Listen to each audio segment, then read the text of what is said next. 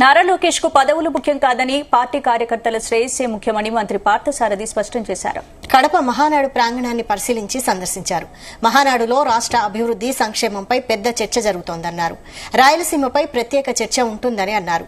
నారా లోకేష్ కు కీలక పదవి అనే ప్రచారంపై స్పందిస్తూ లోకేష్ కు పదవి ఉన్నా లేకున్నా ఆయన పార్టీ కోసం, పార్టీ కార్యకర్తల కోసం అహర్నిశలు కృషి చేస్తారంటున్న మంత్రి పార్థసారథితో మా correspondent Ramachandra face to face.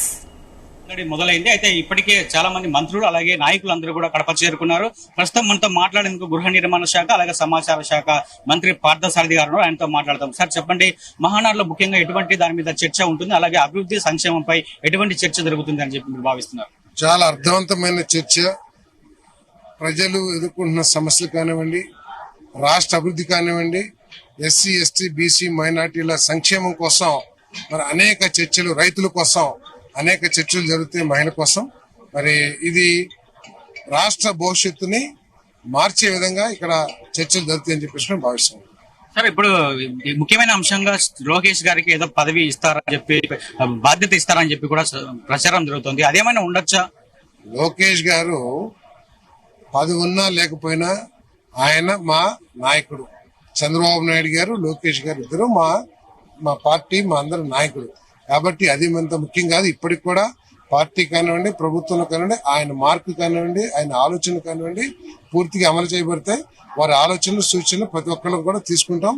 ఈ సంవత్సర పరిపాలనలో కూడా ఆయన పరిపాలన దక్షత ఏమిటి, లేదా ఆయన శాఖలో తీసుకొచ్చిన రెవల్యూషనరీ మార్పులు ఏమిటి, లేకపోతే ప్రపంచ పెట్టుబడుల్ని ఆకర్షిస్తానికి ఆయన ప్రయత్నం ఏమిటి అనేది రాష్ట్ర ప్రజలందరూ కూడా చూశారు. కాబట్టి ఆయనకి పదవి రావటం రాకపోవటం అనేది అసలు సమస్య కాదు. ఇక్కడ నారా చంద్రబాబు నాయుడు గారు ఆలోచించినప్పుడు తప్పకుండా ఆయన ఈ పార్టీకి అధినాయకుడు కాబోతారు. తప్పకుండా ఆయన మా నాయకుడు. లోకేష్ గారు రాయలసీమకు డిక్లరేషన్ ప్రకటిస్తూ యువగలంలో హామీ ఇచ్చారు. అలాగే ఇప్పుడు మహానాడు రాయలసీమ వేదిక నడిబొడ్డున కడపలో చేస్తున్నారు. సో ఎటువంటి అభివృద్ధి ఉంటుంది రాయలసీమ మీద, ఎటువంటి చర్చ ఉంటుంది రాయలసీమ మీద? రాష్ట్రంలో అన్ని ప్రాంతాల అభివృద్ధికి చర్చ జరగబోతా ఉంది. తప్పకుండా మీరే చూస్తారు కదా, వేచి చూడండి. ఓకే, అదే రాయలసీమకు అలాగే రాష్ట్ర వ్యాప్తంగా అభివృద్ధి సంక్షేమమే లక్ష్యంగా మహానాడులో చర్చ జరుగుతుంది.